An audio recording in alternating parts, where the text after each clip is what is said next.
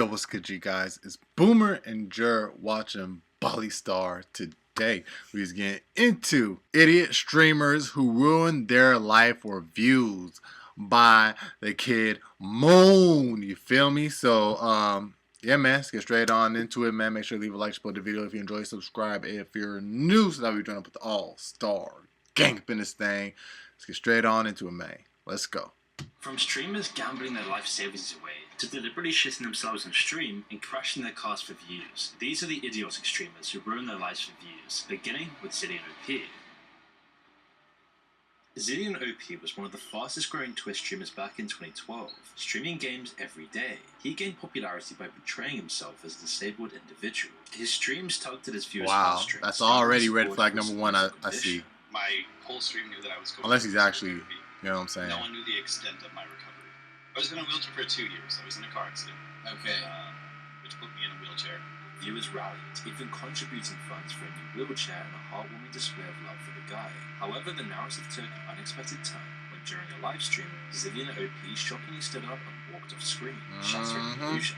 The revelation left his audience in disbelief, realizing the disability they had empathized with was a charade. Following the exposure, Zilean OP disappeared from the internet. His Twitch account was removed, and while many called him out, more people just saw this as an absolute joke. These things happen, guys. Sometimes you forget to be disabled. It happens to the best of us. And although he would come back a few years later to admit the deception, and I think I should have been open about the recovery from day one. My wheelchair is part of my stream, and it's something where people see me do wheelies and something people see me stuck in. I should 100% have been like, hey guys, today at physical therapy, I walked 2 steps. the damage was irreversible. The streamer's attempt to explain himself fell on deaf ears. The reality is, the Zilean OP saga serves as a glaring example of the intense pressures and incentives that drive streamers to push the boundaries of sanity. Yeah, that's the thing, man. If you're trying to make progress, you like.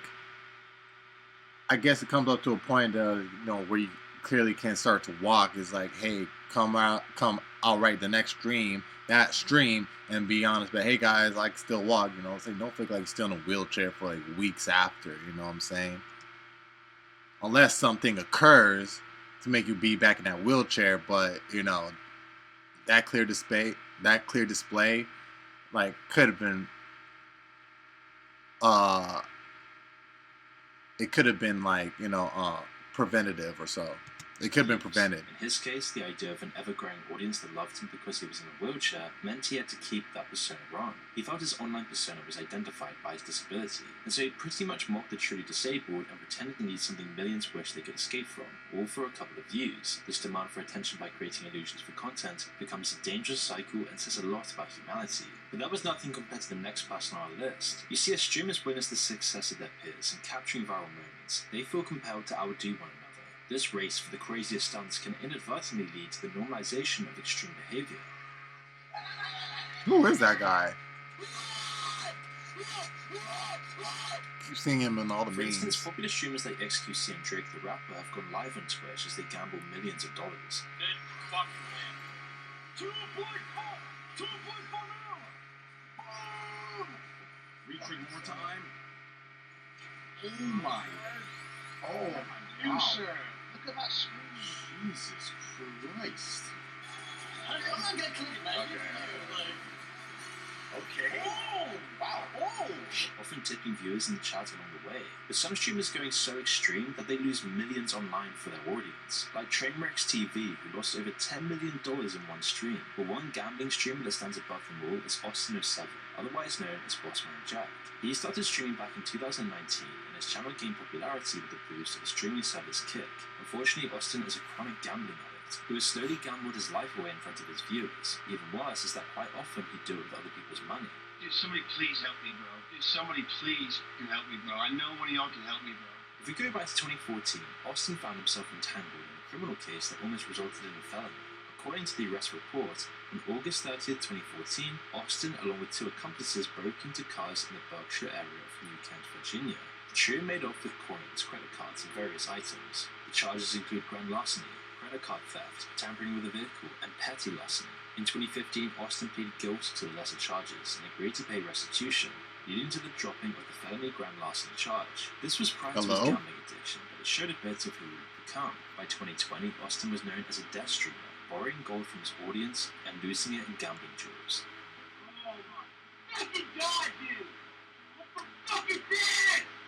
This risky behavior, a form of light gambling, became a staple of his streams, but things would take a much darker turn in 2022. During the Twitch gambling boom, Austin07 transitioned to real-life money gambling.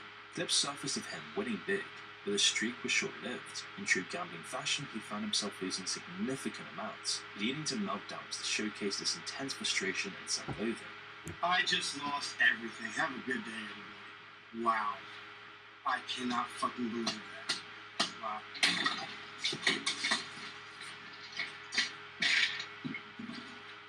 At the same time, he was also known for being a coke addict and using other drugs. And as the drugs made his behavior more unpredictable, the same couldn't be said for his streams. Every time it was the same thing. Short-lived sessions, losing everything, emotional breakdowns, and the cycle repeating. His desperate pleas for financial help from his audience became a recurring theme. Please help me, man. Please. Please. Somebody please help me. I know one person out of 93 viewers that can help me, man. Please. Please, dude. Please, guys. Please, man. Please.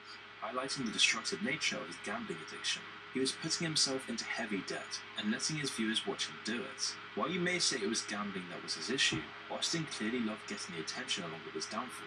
Something was clear though, and that's that his viewers were only enticed and more excited for his freak-out moments as he lost everything, which once again points to what people would do for views, but also reveals a greater problem. The spotlight shifts to the audience appetite for the sensational and the tragic. Austin's viewers were not just passive observers, they actively participated in the cycle of his highs and lows. The more he struggled, the more attention he received, creating a perverse incentive for the streamer and his destructive behavior, which casts its shadow on a much broader issue with online content consumption. It raises ethical concerns about the glorification of personal struggles and the intersection of entertainment with genuine human suffering. The fact that viewers find excitement and entertainment in someone's lowest moments reflects a very dystopian part of internet culture. Well, you know what they say, your vibe attracts your tribe. In the world of streaming, where personalities like Zillion OP and Austin07 have shown how people would do anything for viewer engagement and personal image, it does beg the question, how do the top streamers manage this whole thing? For example, people like Pokimane, who's one of the biggest streamers on the site and has one of the most squeaky clean images. She seems to have managed the streaming business perfectly, so much so that recently she created her own snack company, Mina, which initially appeared as a promising way for her to monetize the audience. Her Midnight Mini cookies, marketed as a healthier snack option, marked her entry into new commercial territory. Following the success of Prime, Feastables, and all the other influencer products, it seemed like the perfect match for her, as she would be able to extend her influence beyond gaming and lifestyle content. However, as soon as Mina was launched, it quickly spiraled into controversy. The cookies, priced at $28 for 4 packs, faced immediate criticism for their high cost and questionable health claims, particularly regarding the added vitamin D, as the whole situation around her business echoed the deceptive practices often seen in the streaming world. Now this is where I get a little bit upset.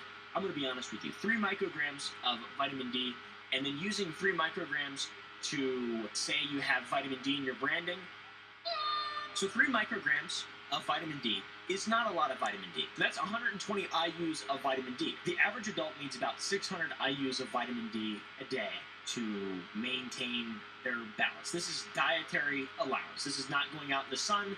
This is a basis of information that has led to most of the population being insufficient in vitamin D. The reality behind the screen can be at odds with the public persona, but this sort of criticism about pricing is always going to be there.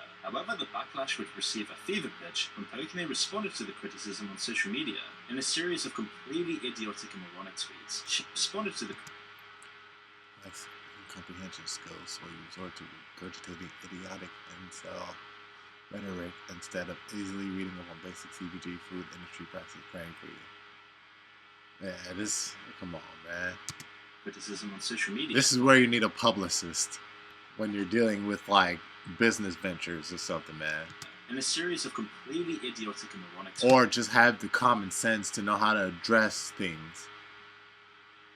She defended the pricing of her cookies, suggesting that the product was aimed at a specific marketing segment and implied that those who found it expensive were not the target audience, seemingly alienating those who just couldn't afford their own products. Oh my god, $28 for cookies?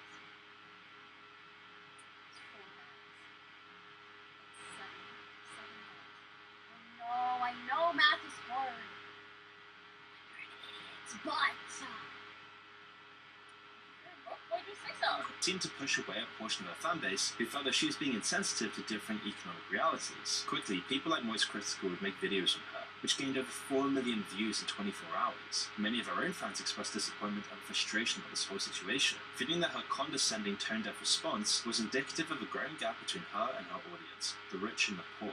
And this sentiment was echoed across all social media platforms, once again highlighting how detached these influencers are from reality, showing that these people don't see their viewers as actual people, but as a commodity to distribute and cut up for a profit. Just a little number on a screen. We can see this common attitude with the top influencers, people like Charlie D'Amelio, who fake to be real people in supermarkets to make their audience think that they're relatable somehow, whilst in reality, just showing how deluded these people truly are. But aside from streamers ruining their image or behind a series of condescending tweets, streamers have also pushed the limits and done their best to blur the lines of what is okay and not okay to do on their streams. But aside from a person ruining their life behind a camera, streamers have also pushed the limits and done their best to blur the lines of what's Whoa, okay who is that? ruining Who their is life this? behind the camera. Streamers have also pushed the limits and done their best Sensen to blur the Bear? lines of what's okay and what's not okay to do on their streams. One particular issue that's popped up over the years on Twitch specifically is the idea of Twitch thoughts. The Urban Dictionary defines that's popped up over the years on Twitch specifically is the idea of Twitch thoughts. The Urban Dictionary defines Twitch Yeah, thoughts as a man, girl that is using Twitch TV as a nearby They start to double down on the thought donations part. from young boys. The girl is fully aware of what she's doing.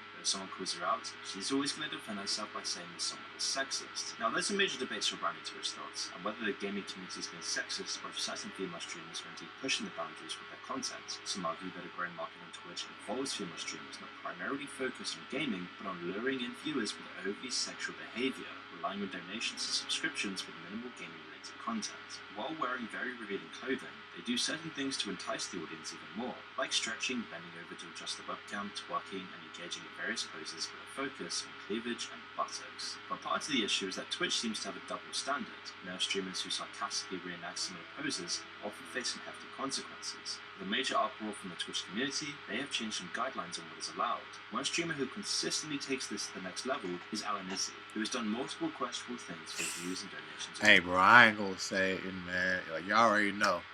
All the girls which he was describing, you know what I'm saying? You already know what social media platform they have, and it ain't Instagram the usual, you know what I'm saying? It's Twitter too. It's Twitter too, but you already know what be going on with them, man. He is. Alan Izzy is a prominent Canadian Twitch streamer known for her content primarily centered around gaming and lifestyle. She has over 1.4 million followers on Twitch, and for most of her streams, she'll be playing some popular game. However, her time as a streamer has been littered with controversies, from copy striking PewDiePie's YouTube channel to being toxic towards her fan base and those who don't like her. Yet some things she's done on stream Really? have been far more extreme than others. Going back to 2020, in the middle of one of her streams, Alan Izzy had a wardrobe malfunction. She was placing a pillow under her shirt and revealed her entire left boob, something that has caused permabans before, and yet Twitch initially ignored the situation, and only after many asked for her to be banned, she would only receive a one-day ban. This the situation, and only after many asked for her to be banned, she would only receive a one-day ban. This moment only gave Alan Izzy more attention, and her sub count went up once she started streaming again. The audience wanted more. Controversial actions often attract attention, as people are more likely to share and discuss content that elicits strong emotions. Other things she's done on stream aside from her overly sexualized behaviors is abuse her cats repeatedly on stream. See, Alan Izzy thought it would be funny to give her cat Volker in front of her audience, so they could see the cat's reaction. Perhaps it was ignorance, but cats can't really tolerate ingesting alcohol and can easily be poisoned by it. This was one of multiple occasions where she would abuse her cat on stream. She always thought it was funny, and that her audience would love it. Though, after some backlash, you don't see cats in a room in her streams anymore. But one thing that's made clear is that she would do anything to get more views, as just a few months ago, she was banned again for twerking on stream. And this degenerate behavior is how she grabs her audience attention. Her entire job is based on being a complete degenerate piece of filth. But at least the audience in this case has the decision to watch it, something this next streamer doesn't do. And her name is Bad Bunny. You see, these streamers will go to extremes just to get more views. And it's about more than just people watching. For some, it's really about feeling like you're worth something, as they feel their value lies behind those who watch them. And so they will do anything, even evil things, just to I'm get more pretty sure views. this is not why the Hispanic icon Bad Bunny, like, I'm pretty sure this is not why he put an H in his name. I'm pretty sure this is not why. I started thinking, like, is that why Bad Bunny, like, you know, got H in his name? Because, like, she copyrighted it first, and I'm pretty sure she was possibly, maybe, I don't know. but she was possibly well known first before Bad Bunny with the H. You know what I'm saying? Like she was popular first in like the streaming world or something. But then I thought, nah, that can't be it. That can't be it. It's not it. Views. But more often than not, the issue is usually greed. Likes, subscribers, and views come with a natural value, and the behaviors of certain streamers who resort to extreme tactics always want to boost their viewership so that they can get more donations, sponsors, ad revenue, and anything to drop a couple more pennies in their pockets. And Bad Bunny did this to the extreme. Now, Bad Bunny has done many things that have gotten her in trouble over the years. She started her Twitch career dressing provocatively on stream to grow her audience, and was temporarily banned for mistakenly exposing herself at one point. But she's also slowly turned into an extreme leftist streamer who ran a political talk show with the hopes of trying to start her own version of the Ben Shapiro show on the other side of the political spectrum. A typical streamer is breaking down political situations, and because of her extreme stances on certain issues, she's been banned on Twitch again for saying some deemed hateful things. On the surface, Bad Bunny is just standing up for what she believes in, and if you take a look at her socials and most of her streams, she's been a major advocate for anything that gives her virtue signaling points. Black Lives Matter, LGBTQ stuff, anything. The list goes on. And while she did manage to grab a solid audience from doing this, she was very frustrated that none of them were subbing to her channel or making any donations. Please give me fucking money. Like, I get that people have financial issues, but like, I don't believe that half of my fucking viewership is all suffering from crippling financial issues while also having hours upon hours every single day of time that they can spend watching Twitch. In fact, Bad Bunny straight up called her audience poor and even banned one of her viewers who called her out on her verbal abuse and expectations. My whole speech about how I need subs and to keep the stream going if you like the content, blah blah blah. How that results in 0 subs. There are regulars here. $5 a month. How do you have hours of time to watch me and not $5? I don't know. What are you doing with your life where you have hours of time to watch Twitch and not $5 to provide for the content that you're watching? Because it's like people just really don't respect me as a content creator. So much for being left-wing. The situation then caught wind and escalated with YouTubers like Moist Critical exposing Bad Bunny's greedy tactics, as she was given the title the greediest streamer on Twitch, an ironic title for an extreme leftist political talk show host. And after some digging, she was also dubbed the most hypocritical Twitch streamer because she wouldn't practice what she preached. Not only would she make homophobic comments in her private chats, she'd also use the N-word and call a gay black person gross. Even black people, if you found me a black bisexual man, I might throw up in my mouth. It's clear that she was only ever streaming as a way to make money off of her viewers and nothing else. She's not the only streamer to go on a rant and mock fans for being too poor to donate. Because I'm not asking you for a large financial contribution. But a sub is $5. And it doesn't matter how broke you are, if you have time to watch Twitch, you have $10, truly. If you don't have $10, you probably don't have time to watch Twitch because you should be working. You should be trying to earn money. It's not a ton. It's not like a ton of money. So being like, I'm broke, I can't afford to sub, that doesn't retract. What you mean to say is, I'm so irresponsible with my money, I can't support the entertainment that I enjoy. When streaming platforms like Twitch and YouTube were created, there was no focus on making money. It was only after a couple of years of the platforms thriving that they opened their doors for the creators to make money, which is why there's so much nostalgia for those who watched streamers when it first took off. They were being genuine, they weren't worried about how much money they would make from a video, because there was no money to be made. It wasn't a job, it was a hobby, and people genuinely loved it. But now, about 75% of kids under age 18 all want to become professional streamers or YouTubers. The primary motivation for this is that they see how much streamers make and they want a slice of the pie. And this emphasis the primary motivation about being YouTube, creativity, content, and self-expression, content. You want money, people, working with cool people, recognition, travel, you get to go cool places. For this is that they see how much streamers make and they want a slice of the pie. And this emphasis on monetization has overshadowed the original ideas of platforms like Twitch, which was to provide entertaining and engaging content. The streamers driven by an opportunity of wealth and attention has led to the degeneration of the streaming experience. Whilst we've seen streamers ruin their life from the stream already, something else we see now is how the audience love to feast on people in the lowest points of their life. Like FouseyTube, who literally lost his mind and got himself arrested on the stream. Now, FouseyTube's journey on YouTube has had a lot of ups and downs. He first found fame making prank videos on YouTube, but as the prank period of YouTube came to an end, FouseyTube eventually found himself broke and struggling to adapt. He started making less money and getting way less views, a situation he didn't know how to deal with. By 2015, FusiTube turned to vlogs and motivational videos and started his own streaming channel on Twitch. At an average 100,000 views per YouTube video, he was still unsatisfied, and he couldn't afford his exorbitant lifestyle. According to Fusi himself, he went from having $200,000 a month to less than $10,000 a month, which is still a lot of money, but for someone like FusiTube, this wasn't enough. And with this, his mental health was steadily declining, and he started to have unpredictable outbursts on stream. Then in July 2018, in an attempt to save his career, FusiTube wanted to create a major creator event, which ultimately led to a dramatic failure, as FusiTube promised his viewers and anybody who came to the event that they'd be met with big names like Drake and Snoop Dogg. The event was going to be called Hate Dies, Love Arrives, and was actually promoted by Logan Paul, Roman Atwood, and Keemstar, but ultimately the event was a disaster, and FusiTube's promises and hype were never met. He took an even deeper dive from the original plan, when FusiTube got somebody to call in a bomb threat, shutting the entire thing down. Fusi did this so that he could move the event to the parking lot, where he could give a batshit insane speech, talking about how he wanted to unalive himself. I have bipolar and depression. That's what you put into my head made me want to kill myself. Thankfully, this led to FusiTube taking a break from the incident to work on himself, and it seemed to help. He disappeared for a solid year, and he seemed a lot more happy on his return. He wasn't uploading as many videos and popped up in a few interviews, but his presence died down for the most part. But this would all change in 2021. While he continued to make YouTube videos, he started streaming on Twitch a whole lot more. Whether he was sleeping, driving, or eating, it was all on camera. He claimed that he was in a better place mentally now, and that his audience no longer had to worry about him. But as soon as the views started coming in again, viewers would start to notice old manic state habits. There was a bit of a question of whether he was doing this for the camera or because he was slowly losing himself. Either way it worked, as by 2023, he had over 29,000 Twitch viewers and 300,000 followers. He would then hit a real high as he was approached by Kick, and signed a $15 million streamer deal. This was life-changing and meant that Fusi had the freedom he'd been pushing for. So he started running a 24/7 stream of his life to make the most of his virality. He would head off camera while going to the toilet showering. Pretty much viewers could watch every moment of Fusi's life. As his viewers only increased, it motivated FusiTube to do even crazier things. His mental health was getting worse and worse, but it was all worth it for the stream and the money, according to Fusi.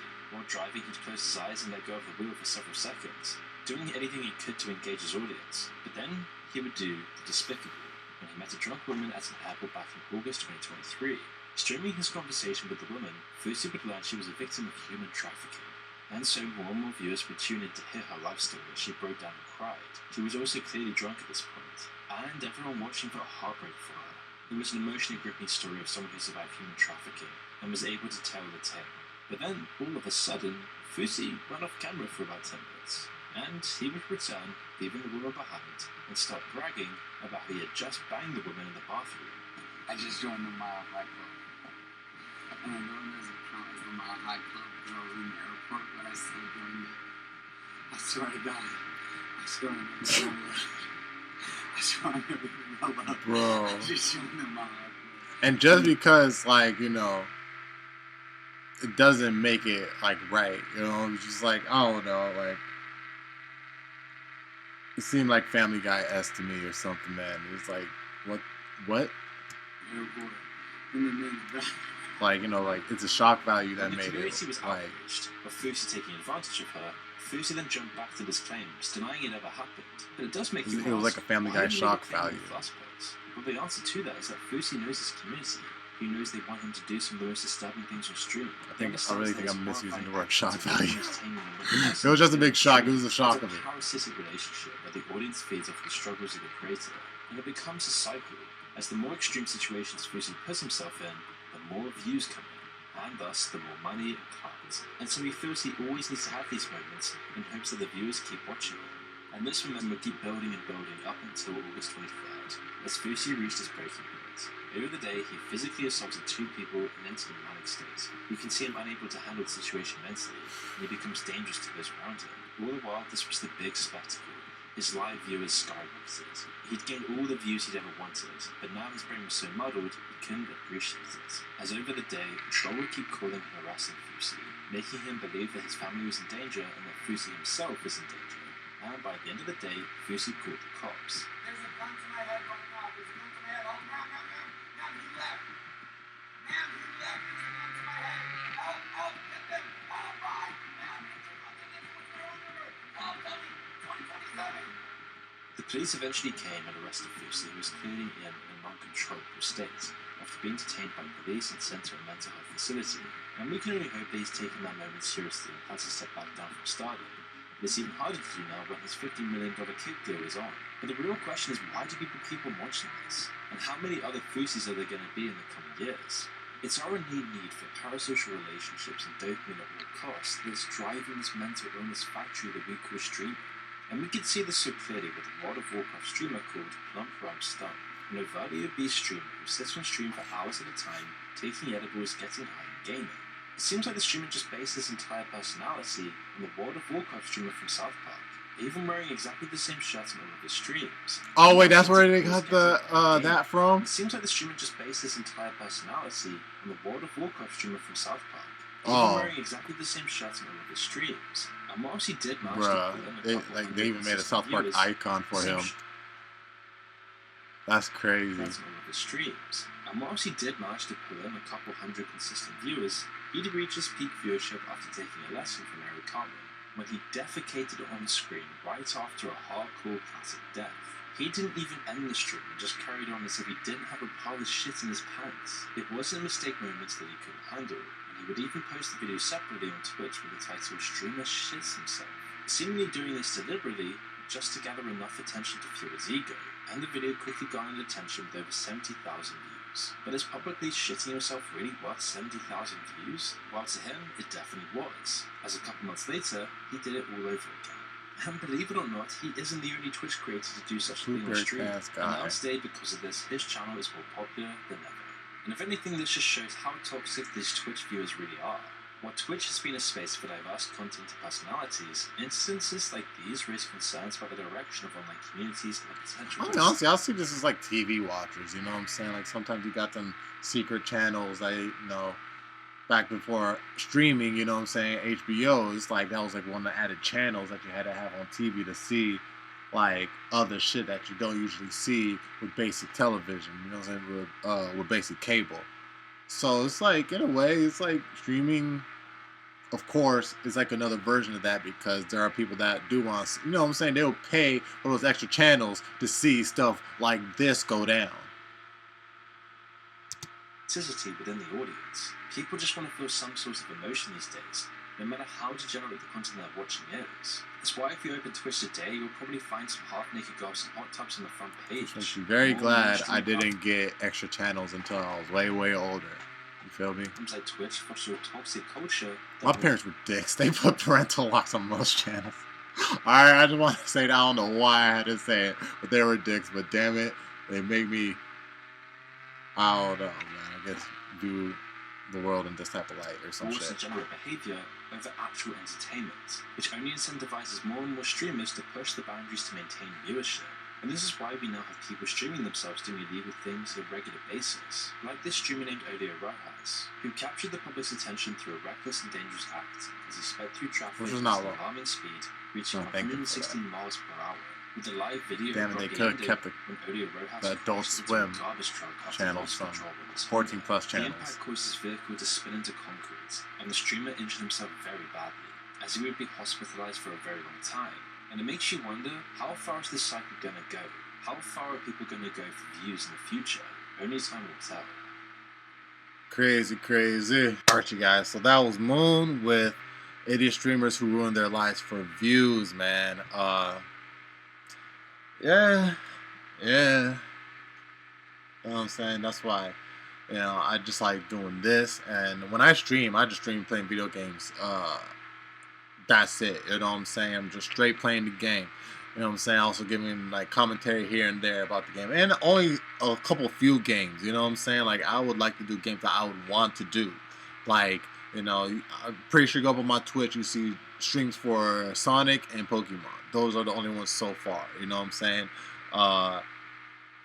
And if you are interested in watching, you know what I'm saying, I'm going to stream soon. But first I have to figure out what's going on with this computer to see why, like, you know, to stop the streams from freezing and all that stuff. You know what I'm saying? What's going on with my MacBook?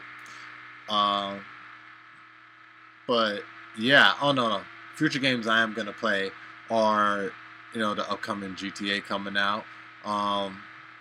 And I don't know. I mean, honestly, whatever games I'm gonna tell you about in the future that I feel personally interested in, man. I'm not that typical 2K, them gimmicky games, you know what I'm saying, that everybody wants to watch everybody play. Like at the time it was Among Us, Minecraft, you know what I'm saying? Like those type of games. It's like, I mean, if it don't really interest me like that to play it, you know what I'm saying? It's just like, it is what it is. But you know, it's only for those that are interested in seeing those type of games, which I mentioned. And you know what I'm saying, just, you know, F with your boy personally, you know what I'm saying. But yeah, no, y'all let me know your thoughts about this video down in the comment section down below. Y'all know it's Boomer, and you're watching Body Star. Make sure to leave a like, support the video if you enjoy, subscribe if you're new, so that we join up with the all-star gang up in this thing. I'm gonna catch y'all in the next one. 100. Yeah.